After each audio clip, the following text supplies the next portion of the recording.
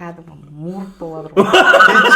жазып кетті сен жүндік адамын деп бірақ та өте сипатсыз көтерме краса кәдімгі бық-бық деп өтіп кетті. Ближайший полиция. Ассалаумағалейкум құрметті көрермендер. Бүгін біз дейтін Ақтау қаласындамыз. Қонағымыз бүгінгі өзі таныстырып кетеді. Талғат екеуміздің құрдасымыз, жан құрдасымыз, жағаласып туған. Сосын сол жағымда отырған Данияр біздің ортамыздағы үлкен. ассалаумағалейкум. Ассалаумағалейкум. Қайырлы күн көрермендер. Қош келдің Айдана. Біздің осы шағын ортамызға. Өзің енді тағдырласымызсың, көріп атсың, подкастты біліп атсың, естіп атсың. Осы келісіп көрермендерге өзіңнің ой пікіріңді айтуға, қоғамда белсенділігіңді айтуға келіскенің үшін саған рахмет. Енді өзің туралы ақпарат беріп жүрсең, сен кімсің, қайдан туғансың, неге жағаласып туғансың деген сияқты. Нағылшысың, неге шыдамадың 93 болып кішкене. Есімім Айдана Маратқызы. Жалпы Атырау облысы Жылой ауданы Құлсары қаласында қарапайым отбасында дүниеге келгем. 1992 жылы 29 қарашада. Екі күн шыдамадың ба? Бір ай. Әрі қарай. Кішігірім енді өзімді айта кететін болсам, сол балалық шағым сол Құлсары қаласында өтті. Сол жақтан өсіп, өніп Ақтөбе қаласына оқуға түстім. Теміржол мамандығында эксплуатация факультетін бітіріп шыққам. Одан кейін ауылға келіп, сол Құлсарыға келіп, біраз жұмыс жасап, үйдің шаруашылығына араласып, сөйтіп жүргенімде бір күні бір-ақ сәтте көзім көрмей қалды. Содан бері осы тағдырластарыммен араласып, танысып, осы ортаға сол 2014 жылдан бастап келдім. Жақсы, Айдана, сен енді манағы көзің көрмей қалған жөнінде қазір енді кішкене екінші айтарымыз да бар, еркін тақырыппен сол кезде айтарсың. Жалпы өзің қайсы Құлсары қаласында оқыдың ба? Құлсары қаласында оқыдым. Жалпы мектепте оқыдың, иә? Жалпы орта мектепте оқыдым. Көзі көретін кәдімгі сау адамдармен оқушылармен бірге оқып жүрдім. Бергеректе көзі көрмей қалды. 2014 жылы ғой, иә. Екінші айтарымыз, Айдана біздің жалпы осы бағдарлама подкастымызда еркін тақырып. Жалпы өзің сені таныстырып кеттің, Құлсарда оқығаның жөнінде айттың. Енді біздің көрермендер тағдырластарымыз жөнінде, олардың өмірі, белсенділігі жөнінде ғой, жалпы подкаст өзің білетіндей. Сен мысалы көзің көрмей қалған кезде қандай сезім болды? Мысалы сен бana айтасың, бір-ақ сәтте көзім көрмей қалды деп. Ол қалай болды сонда ол дейтін? Мысалы көзі көрген адамға ол таңғаларлық жағдайда көріп жүр, көрмей қалған. Кәдімгідей, ол кезде мен Ақтөбе қаласында болғам. Қасымда апам болды. Мен оқудың ақшасын төлеп, андай бір массажный курс оқимын деп, сол кездері талпынған едім да. Сол кезде ақшамды төлеп, таңертең сабаққа барам деп тұрған кезде, кәдімгі ұйқыдан тұрғанымда еш нәрсе көрінбейді. Кәдімгідей аппақ тұман болып тұрды. И көзімді ашсам, андай жарыққа реагировать етіп тұрды, аша алмай тұрмын. Көзім жасаурап тұрды. Сөйтіп включатель іздеп жүрдім, сипалап. Сол кезде үйдегілер мана сестрам байқап, Айдана не істеп жүрсің деп, содан сұрап, айтам включатель іздеп жатырмын деп. Құмаш дала жарық қой дейді. Мен дым көріп тұрған жоқпын. Содан басталды. Содан бірден қаралып, ары қарай. Андай бір жүректе бір үрей болды ма, сондай қорқыныш болған басында болады ғой, түсінбейсің не болғанын. И бір айта кететін жайт, мен енді туа біткен ондай болған жоқпын ғой. Приобретенный, енді бергеректе болған жағдайда. Сол кезде яғни бейімделетіндей болған жоқсың ғой, яғни. Иә, сол кезде мен қатты депрессияға түстім. Прям жылап, андай түсінбеймін да, өз-өзім түсінбеймін, қатты естеймін. Элементарно, мына қолдағы түк болады ғой, кішкентай мелкий түктер. Соның қисық жатқанына дейін сезетін болдым ғой. Бүйтіп сипалап, бүйтіп қатты естеймін. Уже басқа да өшсінде уже көз бар. Мысалы, көрермендер мысалы айтуы мүмкін, ол неліктен есе себебі зерттеу бойынша қатты күшейіп кетті да. Зерттеу бойынша андай екен. 90 адам негізі 95% ақпаратты көзден алады екен. Иә. мысалы көз кетіп қалды, болды уже сенің бана басқа сезу қабілеттерің дамып кетеді. қабілеттерің дамып Уже кетеді. құлаққа беріледі деген яғни сол да. қатты естимін. Адамдар осылай нормально сөйлеп жатыр, а маған как будто ұрсып жатқан сияқты естілетін болды да. Қатты сөйле, и андай бүйтіп элементарный чап кетеді. Тамақ жеп отқанына дейін бүйтіп жұтынып жатқан. Бәрі нервыңа тиетін болды, нервыңа тиеді. Сол кезде мен невропатологқа барып жылағаным бар. Ол кезде сол невропатолог мен өзім жеңешем. Мен айтамын, меня успокойте, пожалуйста, мен вообще андай біртүрлі болып жатырмын деп. Бәрі маған нервыма тиеді деп. Сол кезде сол кісі маған единственный түсіндірген. Айдана, ауыр болса да айтайын деді, сенің көзіңдегі бүткіл функция деді, дальний, ближний, боковой зрениең, цвет ажырататын манағы нелерің барлығы бойыңа тарап жатыр деді да. Сен көзіңдегі зрениең болмағасын, соның қызметін, атқаратын қызмет ол мүлдем жоқ болып кетпейді. Сенің саусақтарың ұшына, иіс сезу қабілетіне, есту қабілетіне, аяқтарыңа, бәріне, бүткіл жеріңе тарайды деп. Содан кейін барып түсіндім ғой, сәл шыда, қайтадан бұрынғы қалыпқа келесің деді. Өз-өзіңмен жұмыс жасауға тырыс, қатты тыңдап, слухпен жұмыс жасауға тырыс, сол кезде сен үйреніп кетесің деп. Дәл сол айтқаны болды сол кісінің. 6 ай қиналдым, шын айтам кәдімгі. 6 ай мен құлағыма губка тығып қойып жүрдім сол кезде. Соның өзін естіп жүрдің ба? Көз көрмейді, құлақта губка дейсіз. Құлағының тесіктері үлкейіп кеткен. Әкем теңгеде жұмыс жасайды. Андай жібі бар губка ғой, өткенде вахтовиктерге берілетін. Вахтовиктердің салатын, сондай губка тығып қойып жүрдім құлағыма. Соны өзі естіп жүрдің ба? Иә. Дүңгірлеп естіп. Нағылан құлағың? Білмеймін ғой, сен қатты сол кезде ойлайтын едім да, көзі көрмейтіндер сонда осылай қатты ести ма деп. Шыны керек, мен 2-ші этажда бөлмемде жатқанымда, кәдімгі забордың сыртындағы адамның шлепкасын сүйретіп кетіп жатқан дауысын еститін болдым. Мынау құр емес, мынау ол емес. Бара жүнін дауыс. Жеңешең қателескен сенің. Білмеймін, шынымен сондай случайлар болды. Басында түсінбеушілік болды. Артынан шынымен үйрендім. Иә, әрбір бөлмеге кіріп, әр бөлменің звугы әртүрлі болатын. Сол кезде аңғардым ғой. Енді бір сұрақ Айдана. Не ма? Оған дейін көзің ауырды ма? Ауырған жоқ. Вообще ешқандай диагноз да болған жоқ. Сол күні сен бір түнде айтып жүрдің ғой, бір көзім тартып сондай болды деп. Жоқ, ол кезде онда өтіп айттым десең. жоқ, дым да болған жоқ, шын айтам. Бұрындары бір Ақтөбеде жүргенде сол конъюнктивитпен ауырғаным бар. Ол кезде просто жұқтырып, көзім қызарып, сөйткені бар. Одан кейін көз аурумен вообще ауырып көрген жоқпын. Ал неден болды деп ойлайсың жауап дәрігерлер? Внутренний стресс деді, біреу удар алдың деді. Әркім әртүрлі айтып кетті. Тенте қызды Кезінде рапшаға салды.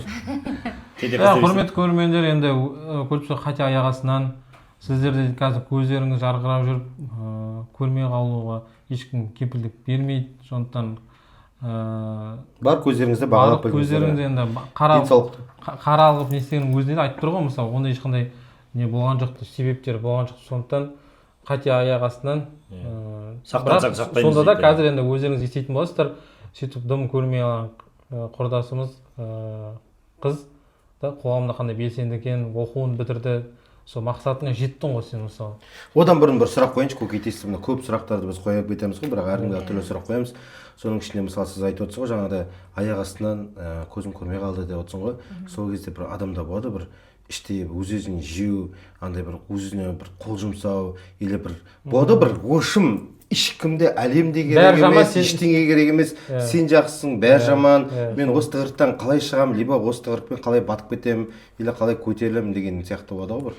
Жоқ, сонда қандай да бір ой келген шығар енді. Ой болды, ол кезде енді бір бөлмеде кәдімгі мен 2-ші этажда өзім бөлмемде жататын болдым, шықпаймын, шыққым келмейді. Бәрі ұяласың? Иә, ұялам, как будто жұрттың бәрі маған қарап тұрған сияқты ощущение. Әлемде жаңғы сен соқыр сияқты. Иә, сондай болды. Шынымен жылап, андай ойланып жатамын да, неге мен көзім көрмейді? Не үшін мен қай жерден қате жібердім?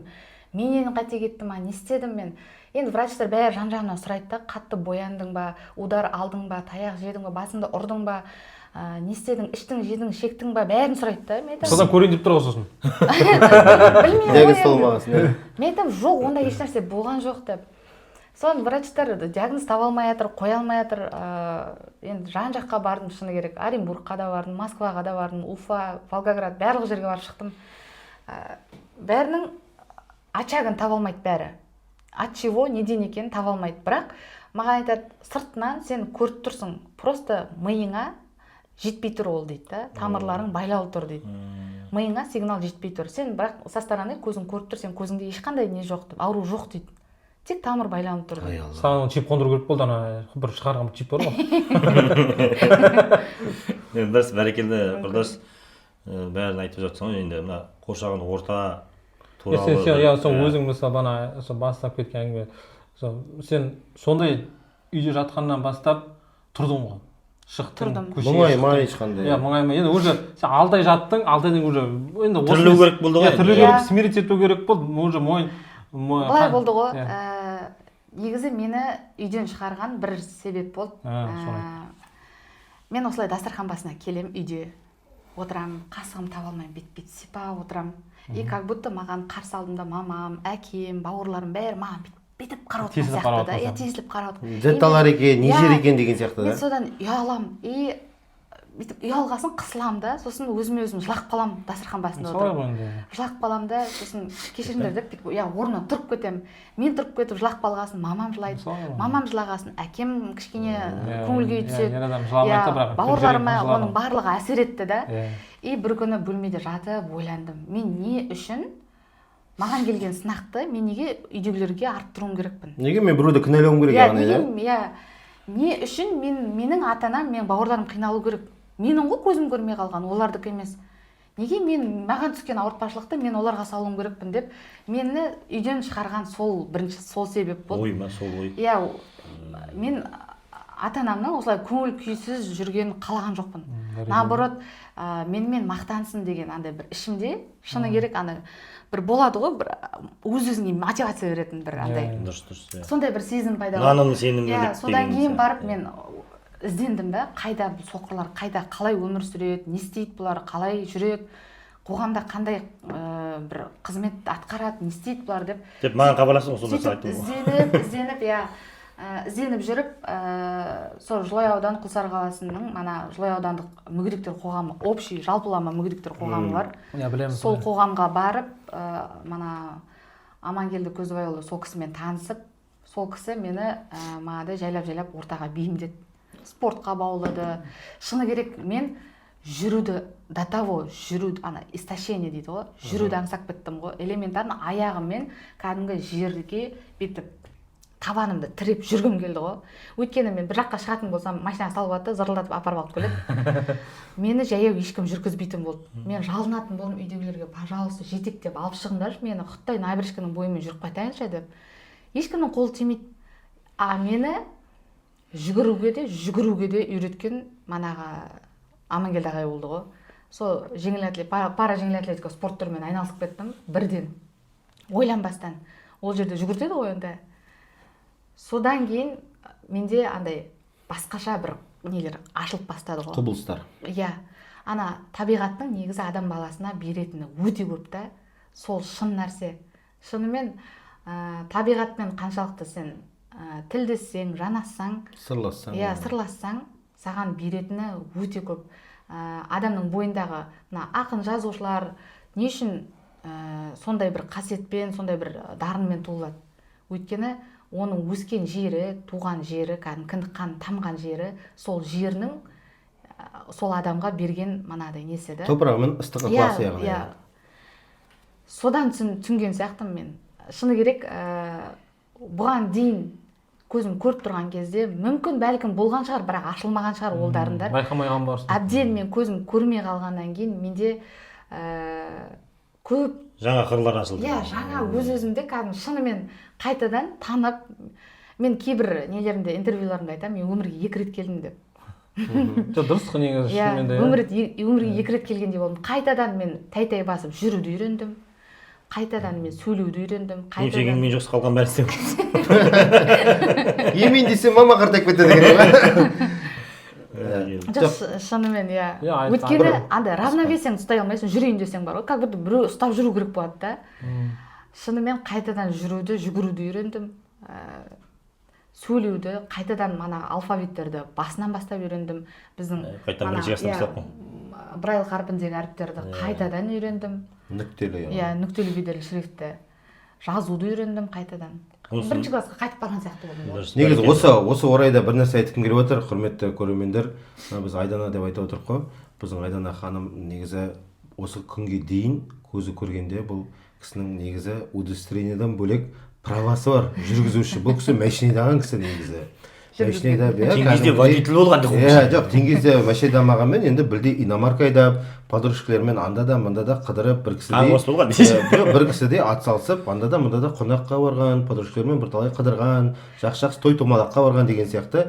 Бірақ ондай кісі бір машина айдап жүріп, осындай состояниеге түсіп кету, оның өзінде бір стресс болады ғой. оңай емес. Бір сәтте бүйтіп фык еткен сияқты болып қалды ғой енді. Ол машинаның да маған көзім көрмей қалған кезде бір кері әсері тиді. Енді мен кезінде Құлсарда машина жүргізіп жүрдім. Бір мезетте көрмей қалғаннан кейін маған мана инвалидность тағайындаймыз деді ғой. Мен қашып жүрдім, инвалид деген не ол, мен мүгедек емеспін, жынсыңдар ма деп. Маған Алматыдан кәдімгі не келген екен, бұйрық келген екен, мына қызға инвалидность тағайындалсын деп. Мен мына жақта участковыйларға ұстатпай қашып жүрмін. Бір күні үйге медбрат пен медсестра келді. Оны үйге кішкентай інім айтып қояды ғой, үйге кіріп жатқанда доғдыр апайлар келатыр деп. Сөйтіп мен үйден өзімше қашып баратыр едім, ұсталып қалдым. Ана кісілер маған жағалынып, жүріңізші, бізге айқай салып жатыр, уже сізге Как будто психбольницаға батқан сияқты болды. тағайындауымыз керек дейді да. Соны ақыры сөйтіп инвалидностьті өздері тағайындады. Сөйтіп кәдімгі ноябрь айында инвалидностьті алдым. Мені январь айында мана ВТИКқа шақырады ғой бір күні. ВТИКқа приглашение қағаз келеді участковыйға. Сөйтіп мен ВТИКқа барам. Барсам, маған айтады, сіздің көзіңізді қайтадан тексеруіміз керек дейді. Неге? Неге деймін да? Бізге анонимный звонок келді дейді. Айдана әлі күнге дейін машина жүргізіп жүр деген дейді. Права тұрмын.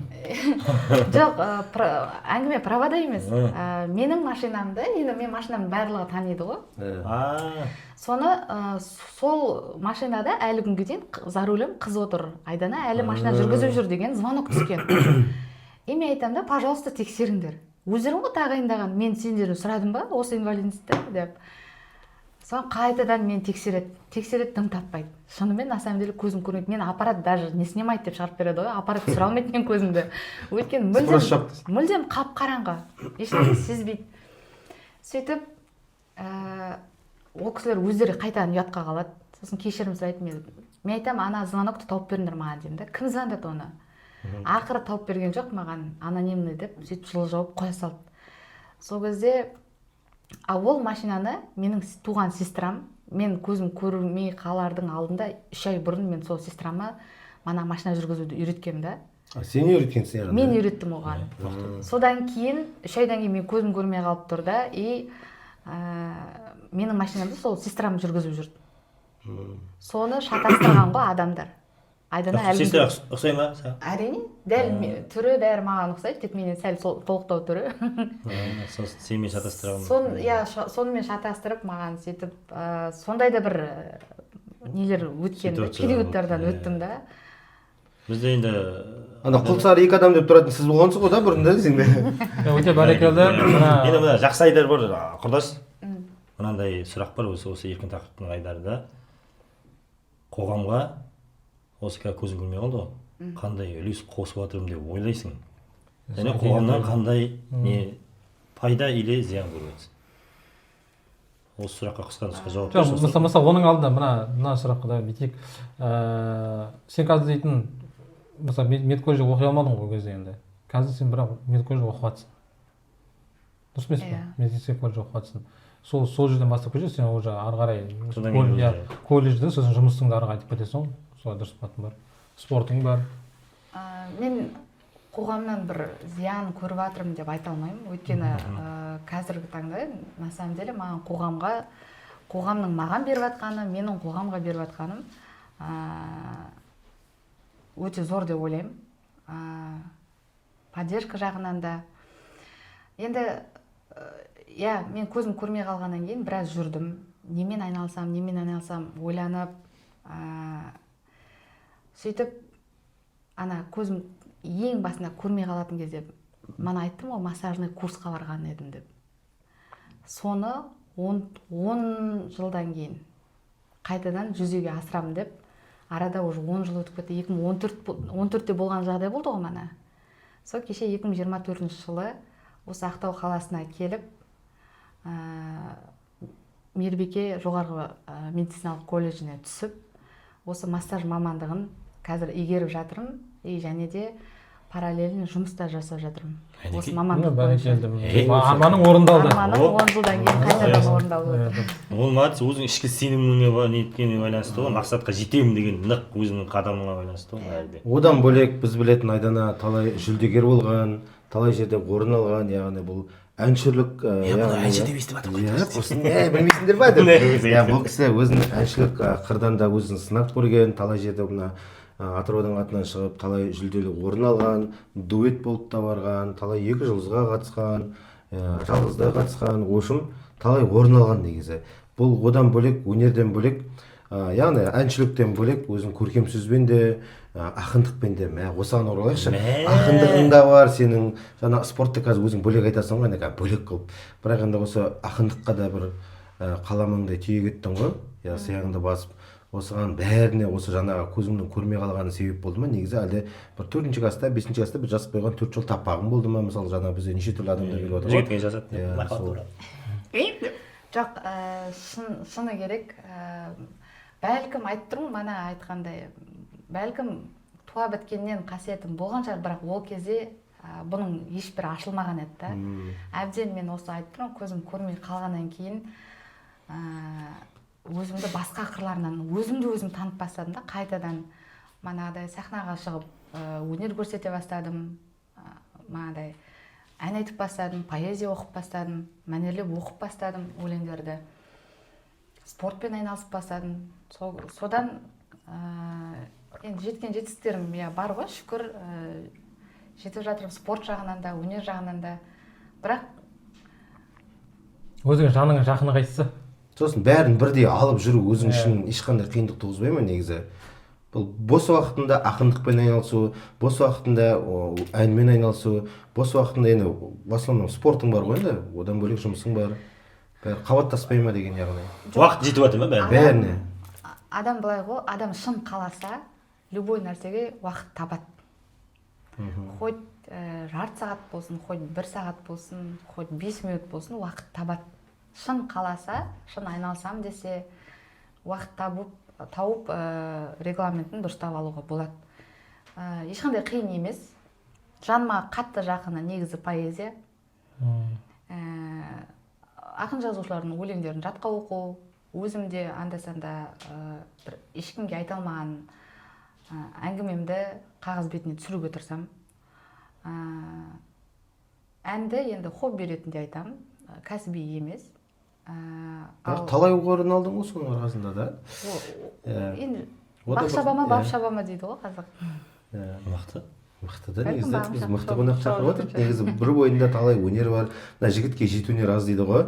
Саған қарап тіпті 16 ма санай алмай тұрмын ғой, қайсысы көп қайсысы аз екенін. Мен еще қолөнермен де айналысамын. Жоқ, негізі одан бөлек. Қолөнермен айналысады. Мен айтпақшы, бұл талай бізге мына қоғамдық өзіміздің тағдырластарға талай аяқ киім, тәбішке, кроссовка, сумка әкелген ханымның бірі негізі. Саудагер таза өзбек. Жоқ, расында талай өнер бар, бойында бар ғой. Мен шыны керек саған. Құрметті көрермендер, ер кісілер жағына бұл кісі бойдақ. Айтып қойсам. Мынандай қызды алмасаңдар, бастарың жасамайтын да. Молодец. Жалпы спорт жағынан әлемдік деңгейге де жеттің. Легкая атлетика, жеңіл атлетикаға сенді да? Паражеңіл атлетика. Паражеңіл атлетика не ғой? Найза? Бапкерім, Нұрберен.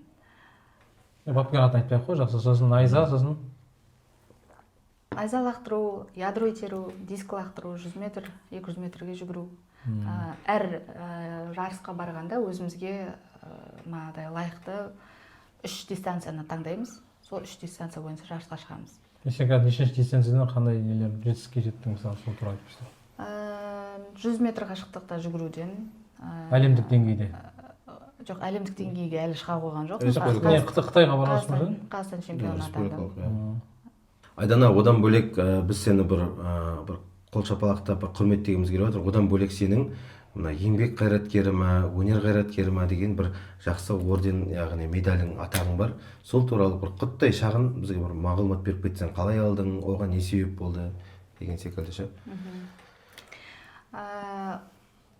Құрмет иесі атағы ғой. Оны екінің бір алғаны жоқ бүйтіп қарасаң, тағдырластардың арасында. Иә. Мана айта кеткендей, өзім туралы бір кішігірім өлең жаздым. Сол өлеңім елге танылып, бәлкім жоғары жақтың адамдарына жетті ме екен білмеймін. Bir күні сөйтіп шақырту алдым. Осындай сізге манағы Меруерт Айтенова ханым осындай құрмет иесі атағын тағайындап жатыр. Келіп Марапатыңды алып марапатқа қатыссаңыз болады. Осындай концерттік жаңа есім деген жоба қазір ашылып жатыр. Сол жобаға қатыссаңыз болады деген сондай шақырту келді. Сөйтіп Қаламқас Алтынбекқызының жобасы, жаңа есім жобасына қатысып, сол жерден мана поэзиямды оқыдым, әнімді айтып, сөйтіп соңында марапатымды мана құрмет иесі атағын төсбелгісін тағылды төсіме. Сол марапатқа сөйтіп жеткенмін. Айдананың төсбелгісін экранға бұйырса салып кетеміз, өздеріңіз тамашалайсыздар. Одан кейін жазушылар одағына мүшелікке тіркелдім. Мынау деген жаңыз өзі бар ғой, иә? Тауға апарып жүрмін ғой жаңыз өзі әңгімен. Қазір естіп отырмын деген десең. Жоқ, мысалы айтам, ол мына құрметті көрермендер, осы ол енді жалғыз Айдананың несі емес, еңбегі емес, ол қоғамның қолдауы, мемлекеттің осы мүмкіншілігі шектеулі адамдарға берген мүмкіндігі. Сондықтан біз мүмкіндік шектеулі деп қағаз жүзінде, тілде айтқанмен өзіңіз көріп тұрсыздар, мүмкіндік шексіз. Еңбек қой, ағадал еңбек осының бәрі. Өзі тырысты, соны көрді, адамдар бағалады, төс белгісінде басқасында нәтиже жетіп жатыр. Әрине, қазір мысалы нан өзінің еңбегімен нан тауып отыр дейді ғой. Біздің Айдана аппақ батон жеп отыр қазір бүйтіп қарасаң десең. Қаймаққа батыр. Сондықтан ол мемлекеттің мүмкіндігі шектеулі адамға деген қолдауының өте көп екенін және тең екенін білдіреді. Иә, ортамызда адамдар бар, мен ананы істемей, анау жаман, мынау жаман, бірақ былай қарайтын болсақ, бәрі олай емес. Жетістікке жетіп жатқандар бар. Олар қалай жетіп жатыр? Еңбекпен. Үйде отырып анау жаман, мынау жаман десек, онда ешкім әкеліп бермейді. Ал егер де мысалы аз болса да тырыссаң, мысалы бана айтып отыр ғой, жеңіл атлетикадан бастадым деп. Бәрі содан басталды ғой, мысалы, сол емес пе? Жеңіл атлетикадан басталды, ары қарай уже өзінің өнерінің бойындағыны көрсетіп, танымалымен, белгісінде басқасында алып жатыр. Ол үшін құрдас былай болып тұр, біздің құрдасымыз бар ғой. Қоғамның несін қолдауын сезініп, өзі көтеріліп еңбегімен қоғамға пайдасын тигізіп отыр. Мемлекет соны көріп жатыр. Солай ма құрдас? Мемлекет көрді, оны ары қарай қолпаштап көтеріп алды. Яғни Айдананың көзі қоғам яғни. Үшінші айдарымыз біздің енді Талғаттың айдары. Біздің енді Талғатымыздың, Даниярдың жақсы көретін, көрермен жақсы көретін айдарлары бірі. Сондықтан ал Талғат баста. Ал үшінші айдарымыз құрдас. Перешке есім бе десе.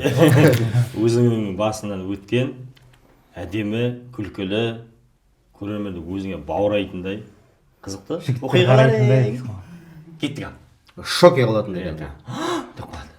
Негізі бар ғой, соқырлардың жүрген жерінің өзі комедия ғой, негізі. Солай ғой енді, иә. Сау соқырдың өзі мас адам сияқты. Сол ғой. Енді білмеймін, қызық болғанда негізі. Айта берші, ағай өзіміз қызық боламыз. Қызық болды, иә. Қызықты жағдайлар өте көп болды. Соның біреуін айтайын. Bir күні, енді көзің көрмейсің, қолыңда бізде, естесің, қолымызда трост болады. Ақтаяғымыз болады, трост болады. Сол тростпен бір күні көшеде келе жатырмын. И сездім бір машина келе жатқан. Жайлап жолдың жиегіне бет тұра қалдым да, енді сол тростпен жүріп үйреніп жүрген кезім ғой. Сөйтіп жолдың жиегіне бет тұра салдым. Ана машина бет қасымнан кәдімгі жанап өтті да мені. Жанап өтті де қолымда таяғымды езіп кетеді ғой. Өз жағада үйреніп жүр. Иә. Ана еще машина тоқтаған да жоқ. Кешірім де сұраған да жоқ. Үстінен кәдімгі бық-бық деп өтіп кетті. Ближайший полицияға қалып кетті. Ресейші полиция өтіп кеткен шығар. Өтіп кетті? Қалай өтіп кетті? Содан Сөйтіп таяғымды сипалап қарасам, ана гольф ойнайтын таяқтар бар. гү деп отыр ма таяқ, гү деп тұр ма бүйтіп. Г-образный таяқ болып қалған ғой. Сипалап тұрдың сосын. Жыладым. Қалай сипалап тұрамын? Жыладым. Деп Хакетті таяқ отыр. үстін тоқтатқым келді, тоқтаған жоқ қой. Осы естимін, бақ өтіп кеткенсің. Үйге еңкейіп келгенсің ғой. Мана Г-образный таяқ қойын, еңкейіп жүріп келдім. Хоккейді келген ғой. Почти хоккей деп күлгендей болдым ғой. Үйге келіп жылап, мама қараңдаршы менің таяғымды бір езіп кетті. Бүйтіп қарасам просто таяқ па да негізі да. Қазіргідей емес қой енді, қазір енді заман дамыды. Дәке ол просто таяқ, осы таяқ бойынша тағы қызықты ғой. Оқиға мен есіме түсіп отыр.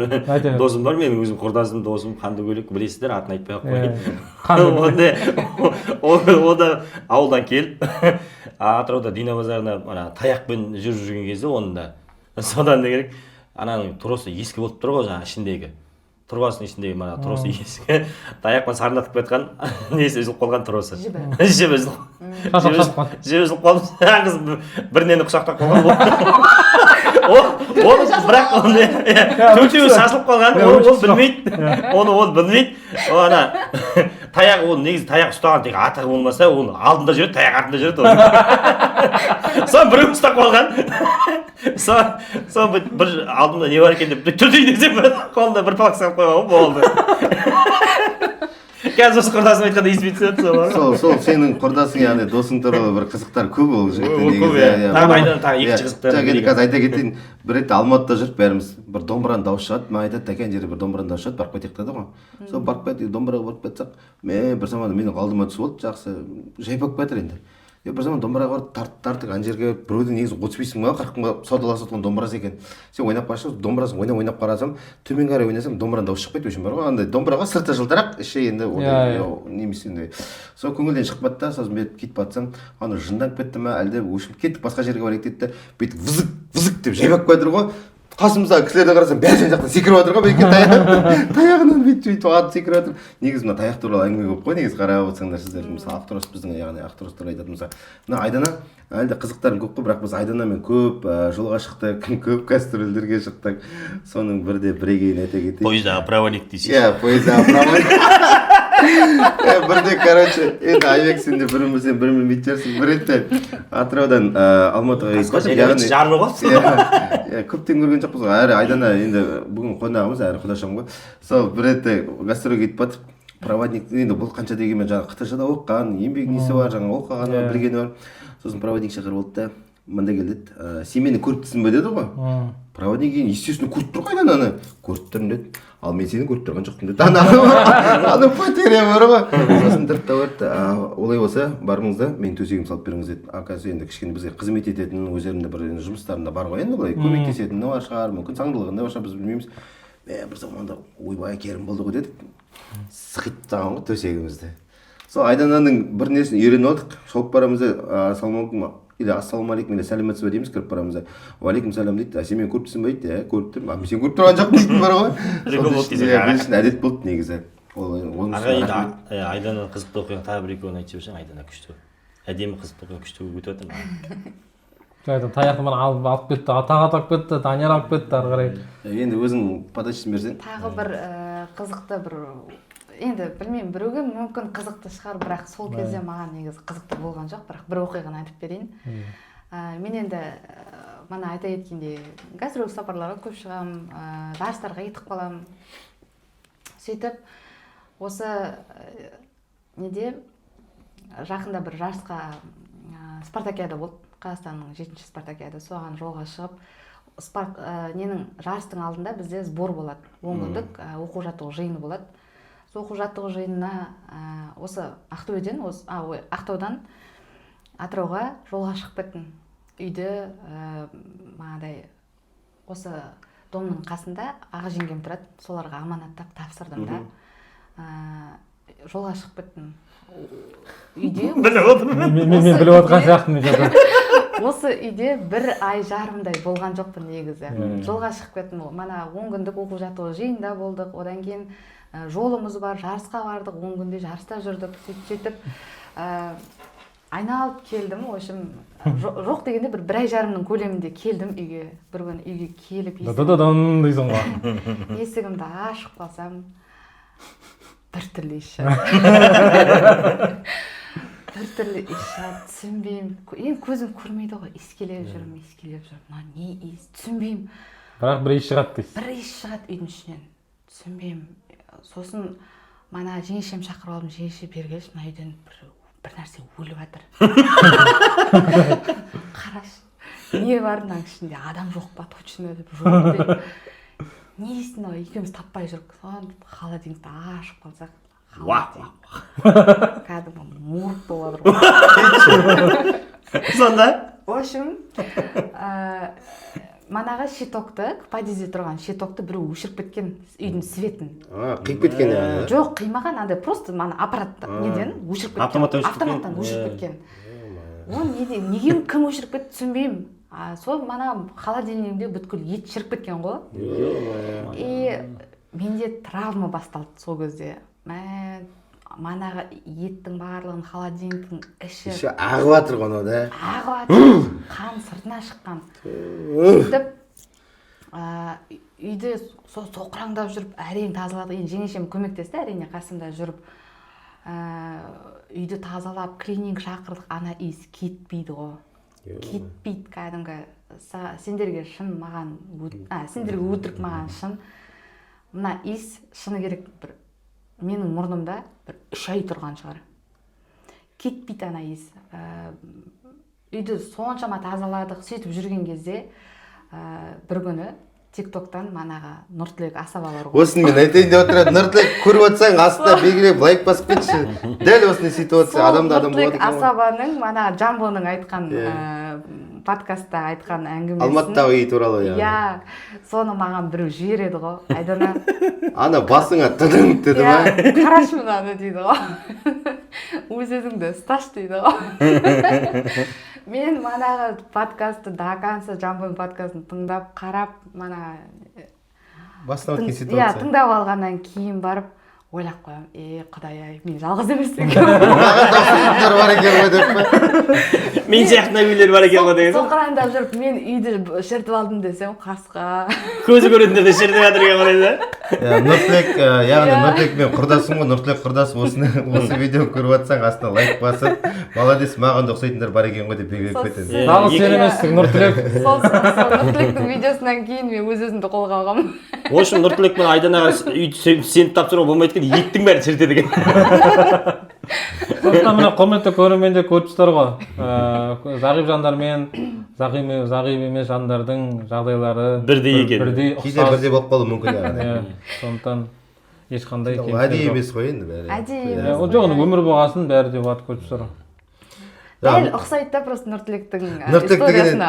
Нұртілек дегеннен шығып отыр ғой. Нұртілек енді құрдасым көріп отырсаң жаңа айтып отырмын ғой, тағы да бізді қолдап, жаңағыдай қолпаштап кет. Айтқым келіп отқан бірде бәнжа. Ортамызға қосыл қонақ бол. Ертең бұйырса сен де шақырып қалуың мүмкін. Енді зағиптардың арасында бір әзілдеріңді айта кетерсің бұйырса. Бір Нұртілек туралы айтқым келіп отқаны, құрдасым 2007-тен бастап таныс болдық, екеуміз тойға жақсы араластық. Сол кезде уақыт өте келе екеуміз енді тойға шығып жүріп, сосын бір тамады Мәлсадан бір шығады ғой, өтін алдыртайын деп. Содан кейін екінші тама түседі, Нұртілек түседі. Біреу Шалқарбай яғни, қателеспесем біреу Шалқарбай ақын айтыскер. Одан кейін Нұртілек түседі, одан кейін мен түсемін ғой өтімді алуға. Бәріміз бір айда түсіреміз, бір жылда бір айда түсеміз. Сонда бір хирургтың айтқан әңгімесі бар еді. Тойдың тамағын жеп нағасқалар өттен айырылып бар ғой. Сол сияқты. Ол да бәрі қызық қой енді қарап отырсаң қазір. Мен не айтқым келіп отыр, зағип жандар мен денсаулығы бар жандарда дым айырмашылдығы жоқ. Сондықтан бағанағыдай алдымызда подкасттегідей өзіңіз естіген жеріңіздей аяушылық ондай нәрсе болмау керек. Сондықтан бәрі бірдей. Бізде бәрі жақсы. Смело. Келесі біз тағы да енді бір шірту ондай емес та бір дұрыс нәрсе. Мұрынға шіртмейсің. Жақсы нотамен күлетіндей ғой.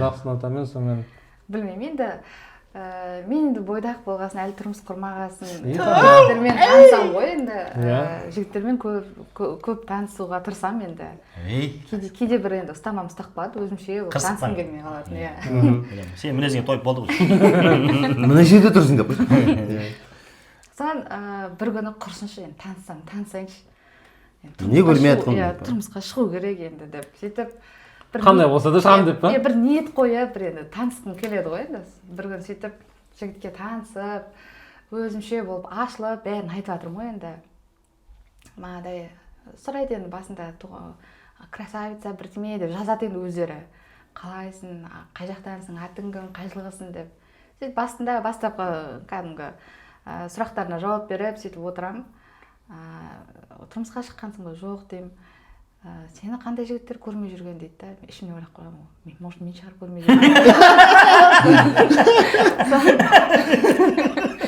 енді не деген әдемі қызсың неге сені жігіттер көрмейді бірдеңе деп сөйтіп айтып отырып күшті танысатамыз енді таныстық әдемі жүріп жатады да сосын енді ол жігіт те маған ұнап жатады енді ол да өзінікін айтып жатады ғой осындай деп енді басында ұнап жатады сөйтіп күшті әңгіме диалог әдемі жүріп жатады сосын андай мен өзімнің кәдімгі тағдырымды ашып айтқым келеді да маған жасырғым келмейді сөйтіп отырып бір моментте жайлап осы темамды бастаймын ғой мен негізі осылай екі көзімнің жанары көрмейді оған қалай қарайсыз бірдеме деп енді бастаймын ғой теманы секіреміз содан кейін сөзден секіреді алла шифасын берсін қарындасым тәуір болып кетті жазып кетті ғой сен жынды адаммын деп құлаққа төбетте сен басып көтерме красавица ойбай бірдеңе деп жатқан сөздер қалады девушка деген сөздер бәрі жөнде қалады қарындас болып кетемін ғой автоматически жазылып кетті деп па кәдімгідей алла шифасын берсін қарындасым бірдеңе болса хабарлас деп кәдімгідей хабарласа телефон көтерме көптен тілегі көп болады деп па кәдімгідей иә негізі сондай жігіттер көп енді оған орай бір айданада негізі көп қыз айта берсе қызықтар иә біздің айдана бізбен бірге пойызда яғни самолетте кетіп бармыз негізі пойызда көп қызықтарымыз болды талай айдана мен саған айтып тұрған жоқпын ба бірдеңе деп ұрысып отырады ғой сосын бір айфон соғады ғой алло ананы естіген жігіт енді қарындас деп айтуы мүмкін ғой иә бәріміз де молодец ол жігіт қайта алла шипасын берсін де уақытында сенен тыйылып қалған дұрыс екен дейсің бәрекелді күшті тамаша болып жатыр рахмет әдемі қызықты оқиға әлде негізі шын айтасыз зағип жандар мына соқырларда қызықты оқиға көп болады негізі көп болады ал енді өзің сияқты мына бағдарламамызда біраз жерге тығып қалды уақытта болып қалды тағы да не түсіруіміз керек асығысып кетуіміз керек бізде просто кассет бітіп отыр кірісатын жерлер бар өзің сияқты тағдырлас жандарға не айтар едің қыздарға әсіресе мотивация ретінде бірдеңе айтып кетші өзің сияқты болсын күйеуге шықса шыға алмай жүргендерге не автобуске қарындас болып кетеді ол тәтір бірінші өзім шыға алайын сосын айтамын білмеймін енді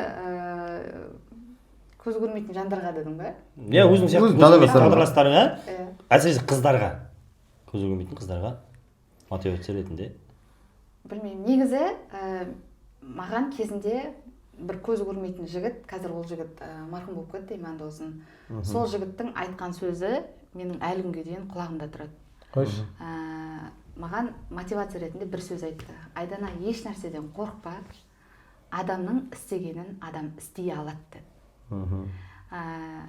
ол да адам баласы істеп жатыр сен де адам баласың істейсің көзім көрмейді деп ешқашан артқа тартынба деді да адамның істеген адам істей алады деген осы бір ауыз сөзі әлі күнге дейін менің құлағымда и мен де соны басқа адамдарға да айтқым келеді еш нәрседен қорықпау керек көзім көрмейді екен менің мүмкіндігім шектеулі екен деп қол қусырып біреудің манағыдай ата анаңның бауырларыңның мойнына масыл болып отырғаннан одан да шығып міне мен де сендер сияқты адаммын мен де істеп жатырмын ғой аллаға шүкір значит сендер де істей аласыңдар деген сондай ой айтқым келеді да мысалы сен өзіңнің бағанағы құрдастарыңа қарындас сіңілдеріңе мысалы апаларыңа көрмей қалған апаларыңа не айтар едің мысалы ондайлар да көп қоғамда өзің білесің ондай таныстарың да бар мысалы көрмей қалған резко бірден сындырып тастайды өз-өзін тыпырлатып кәдімгі мысалы сен басың өтті ғой иә бұл қандай екенін білесің сен олардың ауруы манағы жан айқайын сезіне аласың сонда мысалы сондай жүргендер қазір бар ғой ортамызда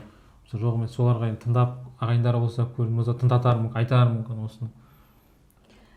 Енді манағы айтқандай қол қусырып үйде отырмасын, қазақ соқырлар қоғамы бар, қоғамдық бірлестігі, сол бірлестікке келсін, соның ішінде үйренсін, ол жерде шынымен қайтадан жазуды үйретеді, жүруді үйретеді, қоғамға белсене араласуды үйретеді. Сондықтан сөйтіп айтып тұрмын, адамның істеген кішкентай қадаммен үлкен мақсаттарға жетесің. Керегіңді іздеу керек десе, барлығына да адам өзінің талпынса, шын қаласа, шын ниеттенсе, бәріне де жетуге болады. Ай, барекелді. Енді құрметті көрермендер, біз осымен осы подкастымызды аяқтаймыз. Рахмет Айдана, өзіңнің ойыңды, пікіріңді айтып жеткізіп жатсың, қоғамда қандай белсенділік танытып жатқан оны да айттың. Қазір біз дейтін осы видеолардың орталарында дейтін салдық, фонда грамоталарын, медальдарын бәрін салдық. Сондықтан ол өтірік жай ғана сөз емес, бос сөз емес, дәлелмен барлығы бар. Сондықтан бізде осындай қоғамда белсенді адамдар көп. Оның барлығын көрсете алмауымыз мүмкін, бірақ қолдан келгенше, қолымыз жеткенше біз сіздерге көрсететін боламыз. Құрметті достар, біздер осы сұхбатымызды, яғни осы подкастымызды Атыраудан Ақтауға келіп түсіріп отқан жайымыз бар. Жаңада айтып кеткендей, теңіз жағалауында әдемі видео түсіріп жатырмыз. Бізді тағы да қай қаладан көргілеріңіз келеді, қандай тағдырластармен сұхбаттасқанымызды көргілеріңіз келеді. Соны комментарийға жаза кетсеңіздер, TikTokқа жазыңыздар, YouTubeқа жазыңыздар. Главное, қолдаңыздар, қолпаштаңыздар, Қазақстанның бүкіл түкпір-түкпіріне барып, сіздердің сөздеріңізді жерге тастамай, қолымыздан келгенше аянбай орындауға тырысамыз. Және мен айтып кететін бір нәрсе, егер де мысалы осы подкастқа қатысам деген белсенді өз еркімен қатысушылар болатын болса, біздің байланыс номерларымыз Айбек десеңіздер табуға болады. Қазақстан бойынша көз көрмеген ортасынан Талғат десеңіздер де болса, Айдана бар, барлықтарымыз Сосын Қалмурзин, Данияр десеңіздер де Талғат. Рахмет Марат аға деп тұқ жүрсе. Сондықтан осы подкастыны негізі осында түсуіне себепші болған кім еді? Данияр? Рахмет Марат аға. Болды, бәрекелді.